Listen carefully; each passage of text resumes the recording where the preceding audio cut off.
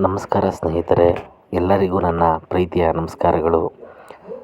ದೀಕ್ಷಿತ್ ಶೆಟ್ಟಿ ಮತ್ತು ರಶ್ಮಿಕಾ ಮಂದಣ್ಣ ಮುಖ್ಯ ಭೂಮಿಕೆಯಲ್ಲಿ ನಟಿಸುತ್ತಿರುವ pan India cinema the girlfriend ಇತ್ತೀಚೆಗೆ ಚಿತ್ರದ ಮೊದಲ ಹಾಡು 5 ಭಾಷೆಗಳಲ್ಲಿ ರಿಲೀಸ್ ಆಗಿದೆ. ಜಾಲತಾಣದಲ್ಲಿ ವೈರಲ್ ಆಗಿದೆ.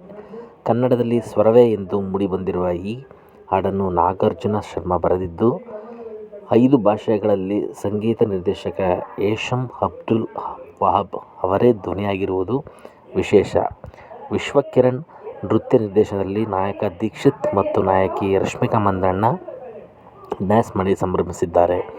ಹಾಡಿನ ಬಗ್ಗೆ ನಿರ್ದೇಶಕ ರಾಹುಲ್ ರವೀಂದ್ರನ್ ಹಲವು ವರ್ಷಗಳ ಕಾಲ ಪ್ರೀತಿಯಲ್ಲೇ ಇರುವ ಹುಡುಗಿ ಬ್ರೇಕಪ್ ಮಾಡಿಕೊಳ್ಳುತ್ತಾರೆ.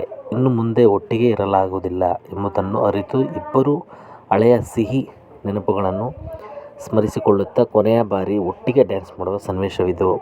ಇದರ ಬಗ್ಗೆ ನಾಯಕಿ ರಶ್ಮಿಕಾ ಮಂದಣ್ಣ ಮಾತನಾಡಿ, ಇದೊಂದು ವಿಭಿನ್ನ ಸಾಂಗ್.